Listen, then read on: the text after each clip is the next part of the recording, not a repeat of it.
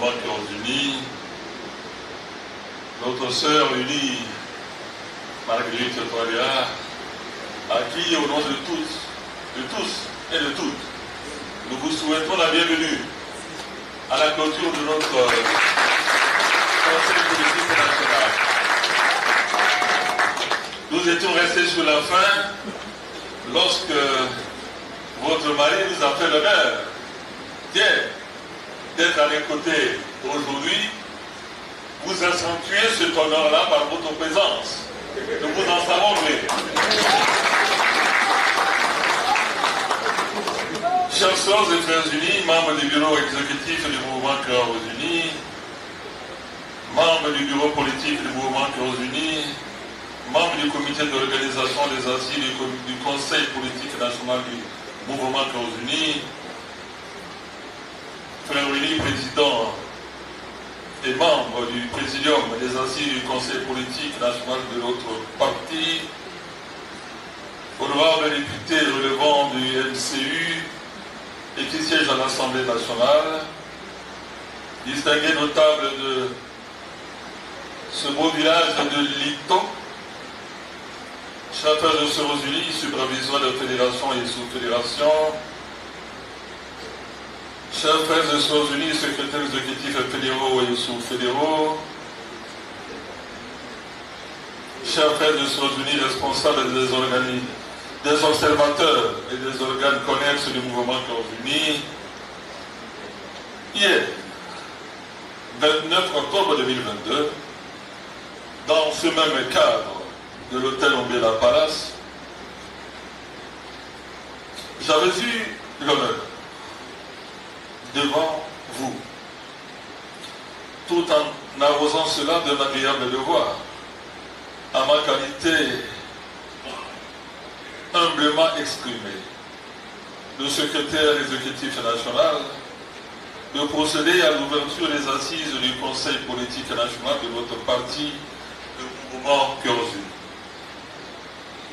Le privilège exceptionnel et la distinction à l'égard de notre mouvement à l'occasion de cette cérémonie d'ouverture est à la mesure de l'immense honneur d'avoir accueilli avec la plateforme BOCOR, toujours à nos côtés, nos invités, notamment des figures de proue de l'échiquier politique national, des leaders d'opinion engagés, des notables du village de Liton et des bienfaiteurs du mouvement Cœurs Unis.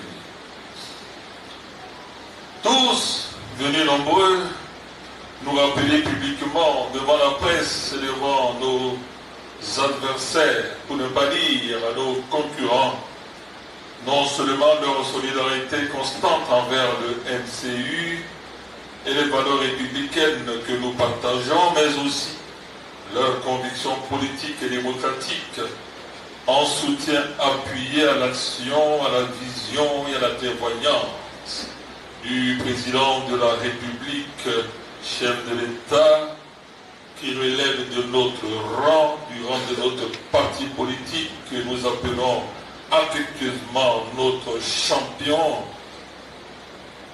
Je veux citer professeur Fossé Arcage Toaléa.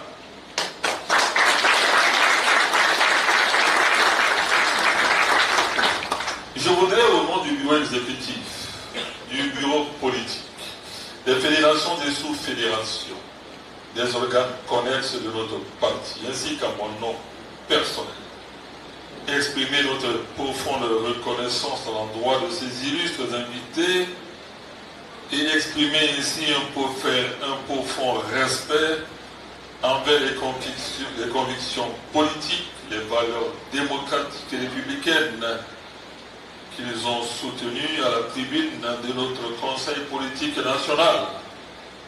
Je n'avais pas eu l'occasion de leur témoigner ma gratitude, l'un après l'autre, après leur passage sur cette tribune-là, pour exprimer leur solidarité à notre parti et singulièrement à notre champion. L'occasion m'est donnée aujourd'hui de pouvoir le faire de vive voix au nom de toutes les sœurs et tous les frères du parti politique dénommé Mouvement Cœurs Unis. Un grand merci au MLPC que je vous invite chaleureusement à applaudir.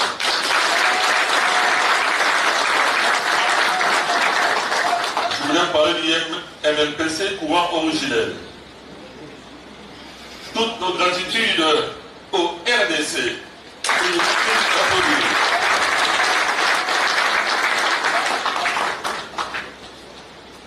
Profonde gratitude au parti politique MONU.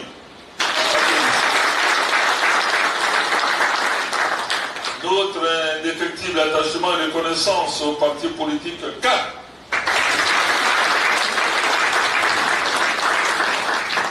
Sans oublier le parti politique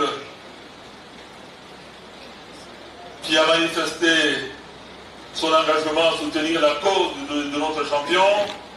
Vous vous en doutez, il s'agit du parti politique KNK.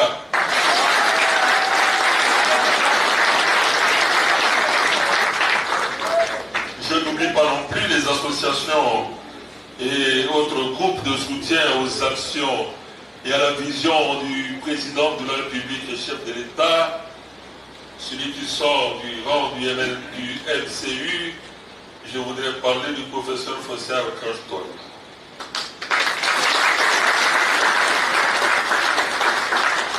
Je voudrais aussi tout particulièrement célébrer la grande alliance des hommes de parole, des femmes de parole. La grande alliance que nous avions scellée au travers de l'accord politique du 15 mai 2020 avec la plateforme BACO que je vous prie d'applaudir. Laquelle alliance a été amplement magnifiée à l'occasion de ces assises du Conseil politique national du mouvement Kyozu. Je salue l'efficacité et l'efficience opérationnelle au service de l'engagement politique dont on fait montre. Le président et les membres du comité d'organisation ainsi que le président et les membres du présidium du Conseil politique national qui ont permis de rehausser la qualité des délibérations et des résolutions de ces assises que je vous invite à applaudir.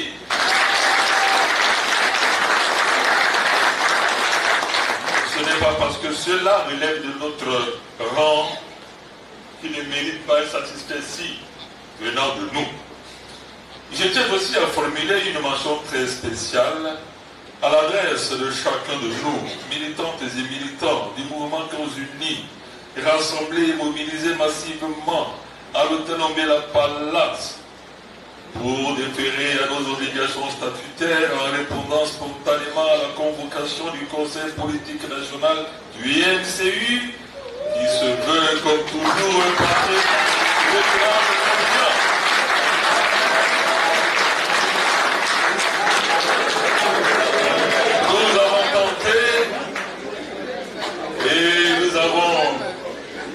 nous sommes convaincus que cela a mordu.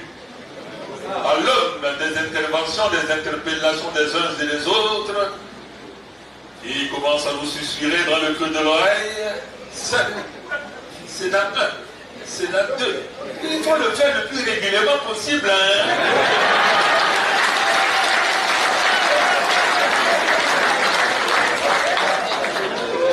Oui, disons clairement, une mention spéciale s'adresse aussi et singulièrement aux femmes du MCU pour leur participation soutenue.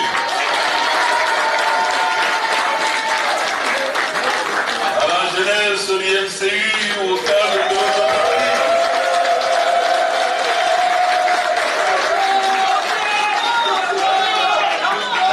Aux secrétaires fédéraux du MCU venant de l'intérieur de notre pays.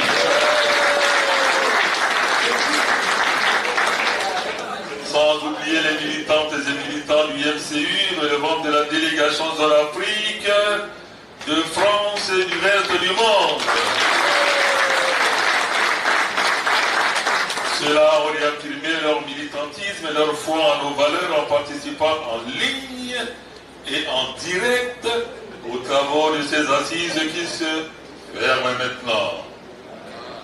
Militantes et militants, chers frères et sœurs unis, Lors du discours d'ouverture, j'avais mentionné que notre Conseil politique national, en sa qualité d'organe statutaire délibérant, compétent en situation de force majeure et d'exécution des orientations politiques et stratégiques définies par l'Assemblée générale, se réunit dans un contexte sociopolitique et géostratégique qui ne devrait pas échapper à notre attention. Ce contexte s'articule autour de deux occurrences. Il y a d'une part les manifestations irréfutables de l'ancrage démocratique constitué par une dynamique populaire à la fois inflexible et indéfectible en faveur d'un référendum constitutionnel, puis les perspectives des élections locales qui seront une première depuis plusieurs décennies dans notre pays. Mes chers compatriotes, je me fais le devoir de partager avec vous le secret d'accord. Tout ce que je reçois comme information, je ne le partage pas forcément avec vous, mais dans la perspective de la tenue de cette conférence, de ce Conseil politique national, mon téléphone n'arrête pas de sonner. Les stations internationales m'appellent pour savoir ce qui en sera de ce Conseil politique national. J'allais vous le dire, j'allais vous partager cette confidence-là à l'ouverture. Mais je m'étais dit, il fallait attendre la fin pour vous le dire. Donc, ne sous-estimez pas la portée de notre Conseil politique national.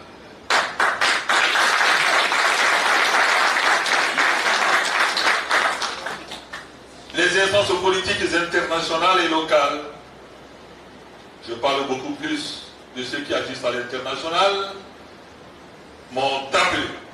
Et je ne me fais pas le devoir de vous le cacher pour savoir ce dont nous allons débattre lors de ce Conseil politique national. Je vais leur répondre à vos noms, à vous toutes et tous, que c'est le fonctionnement normal, habituel, pensif de tout parti politique qui se réunit à travers les différentes instances. Entre autres, le Conseil politique national. Oui, mais votre parti politique là, je voudrais parler de Radio France Internationale.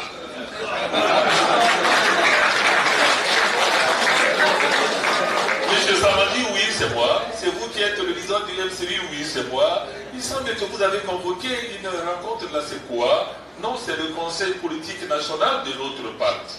Alors vous allez discuter de quoi? Vous allez parler des sujets de l'heure là, ce qui préoccupe la population panafricaine en ce moment, c'est de ça que vous allez parler. Je dis non, nous allons discuter des questions qui relèvent du fonctionnement habituel de tout parti politique. C'est ce que nous appelons aussi.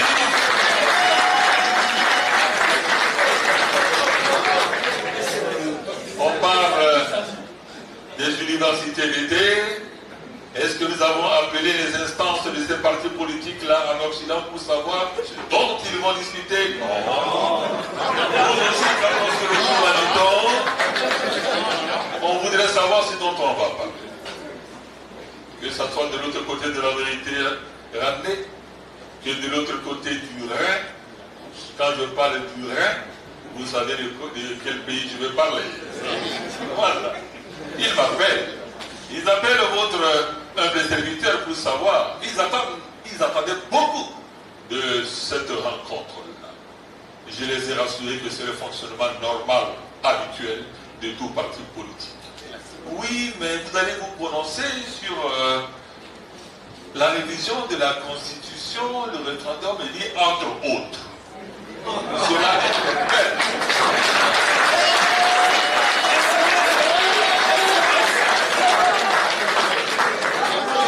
ce qui est tout à fait normal.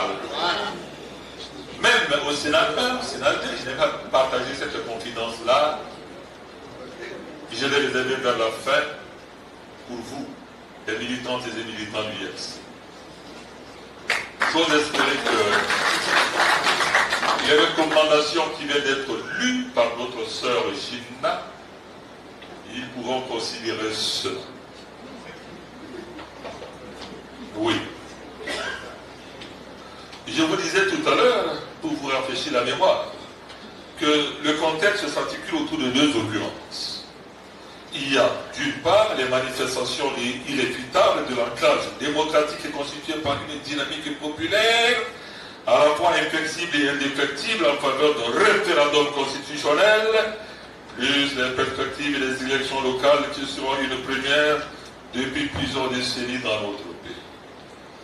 Il y a d'autre part des manipulations et collusions contre nature entretenues par une forme de leader politique dans notre pays, constamment féodé à l'idéologie subversive et subordonnée à des influences géostratégiques que ne vient exacerber un ordre expansionniste en déliquescence. Devant ces occurrences, je vous avais exhorté, conformément aux valeurs qui caractérisent notre force et notre succès au fil du temps, à demeurer attaché à ce qui nous a toujours distingués sur l'échiquier politique, c'est-à-dire demeurer toujours comme militantes et militants d'un MCU résilient et d'un parti politique de référence. Demeurer un MCU fidèle à notre devise, que nous connaissons bien, et je ne voudrais pas vous poser des difficultés en vous demandant de me réciter notre devise, c'est unité, fraternité, développement. Bravo à vous. Vous êtes de bons élèves. Demeurer un MCU qui n'écoute pas les chants de sirène. Demeurer un MCU engagé et mobilisé derrière notre champion, professeur Faustin Arcand-Touadéra, président de la République et chef de l'État. Car c'est une question de parole donnée. Comme je le dis couramment, la parole vaut l'homme ou l'homme ne vaut rien. Si vous donnez votre parole et que vous ne la respectez pas, c'est que vous ne valez rien. Nous avons donné notre parole à celui que nous appelons affectueusement notre mentor, notre champion, à la personne de notre frère. Il y en a qui l'appellent grand frère. Il y en a qui peuvent aussi l'appeler petit frère. Hein? N'obligez pas les gens. Hein? Mais, grand frère ou petit frère, ou frère tout court, il est unique.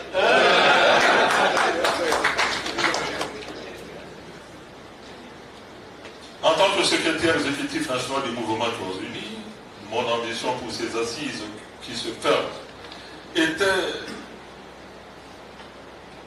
qu'en conclave, nous soyons en mesure d'examiner ce qui, au niveau du parti, a bien fonctionné et qui mérite une amélioration, et ce qui mérite un recadrage. Je tiens à féliciter les frères et les sœurs unis qui nous ont mis sur le bon rail. Nous n'avons pas la prétention de dire que nous avons la chance infuse au niveau du bureau exécutif, du bureau politique. Mais votre éclairage, votre clairvoyance nous permettra assurément de pouvoir orienter les choses dans l'intérêt du bien du peuple centrafricain. On finit. L'exercice politique auquel nous sommes consacrés durant ces 2 derniers jours nous a permis de formuler des recommandations pour un avenir encore meilleur de notre parti et se rapportant à l'évaluation des activités de notre parti ainsi qu'à plusieurs sujets d'ordre stratégique et organisationnel. Plus précisément, lecture de la situation politique actuelle qui nous interpelle, nous en tant que formation politique. La définition des stratégies de désignation des candidats MCU aux élections municipales. L'opérationnalisation des observatoires du MCU. Le financement du MCU. L'harmonisation des activités du MCU et les associations de soutien aux actions liées à la vision du président de la République et chef de l'État, notre champion professeur Faustin Arcand-Touadéra. Ce n'est pas de la redondance que de reprendre à mon compte ce qui a été lu dans le rapport par la rapporteure générale, notre sœur Gina. Il y a lieu encore de rappeler le soutien toujours indéfectible et inflexible du MCU à l'organisation de référendum constitutionnel, lequel soutien fut au fait de la mobilisation populaire le 22 octobre dernier.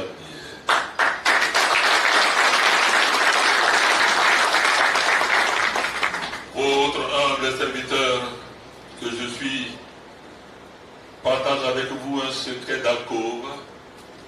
N'oubliez pas que j'avais eu l'honneur, par l'onction du président de la République et chef de l'État, professeur Faustin Archange, à occuper les charges, le magistère de Premier ministre et chef du gouvernement. J'étais en osmose avec tous les membres de mon gouvernement. J'écoutais tout ce que me disaient les membres de mon gouvernement. Comme on le dit couramment, l'argent c'est le nerf de la guerre. Quand celui qui est le grand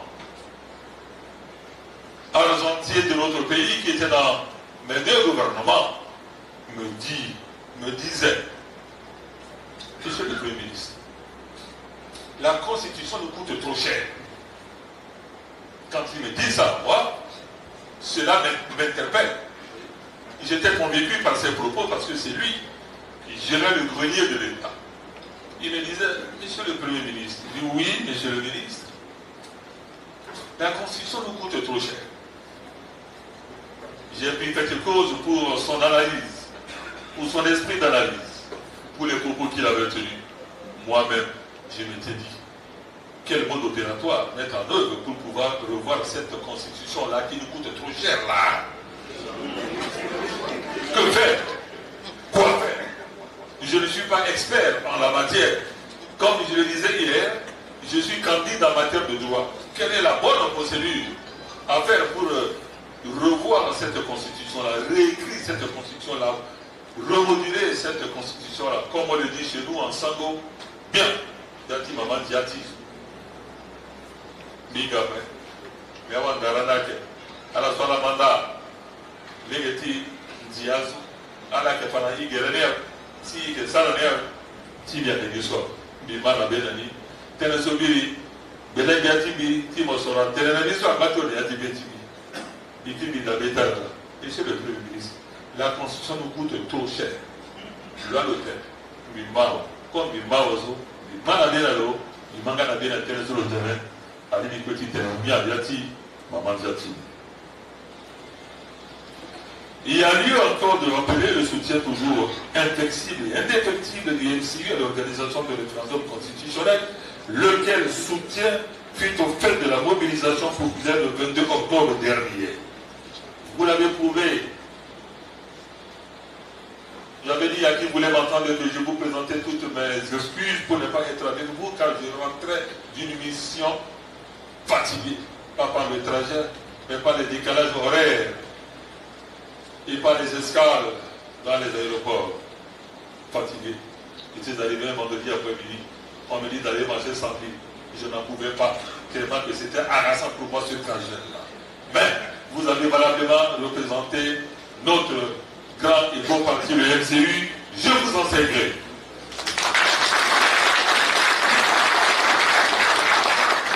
Je me réjouis de constater que les autres formations politiques invitées et qui tous se sont exprimés à la tribune de ces assises est unanimement et solennellement manifesté et réaffirmé leur soutien à l'action et à la vision du président de la République, ainsi que leur détermination en faveur d'un référendum constitutionnel que nos compatriotes attendent avec ferveur et patriotisme, à rebours des manipulations et de l'imposture de certains leaders de l'opposition et un groupuscule de l'organisation inféodée à l'idéologie subversive.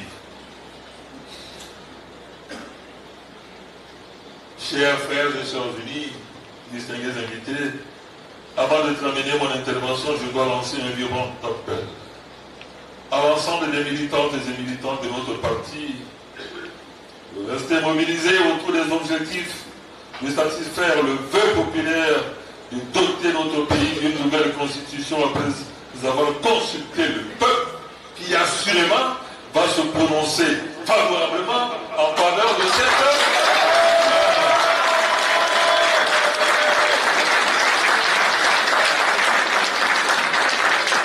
Ce n'est que comme ça que la victoire annoncée de l'IMCU ses alliés aux futures élections locales et de la vision de notre champion, professeur Faustin Arcand-Touadéra, président de la République, chef de l'État, sera touché du doigt. N'est-ce pas? Mal à beau tempo. Vous avez souffert pour m'écouter jusque-là. Sur ce, je déclare clos les travaux des assises du Conseil politique national du mouvement Cœurs Unis. Que Dieu bénisse le mouvement Cœurs Unis. Que Dieu bénisse la République centrafricaine. Et je vous remercie.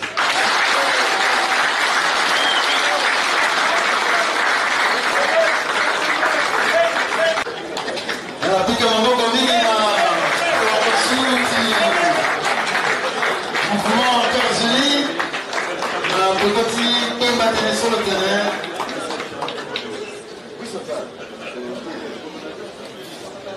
Merci.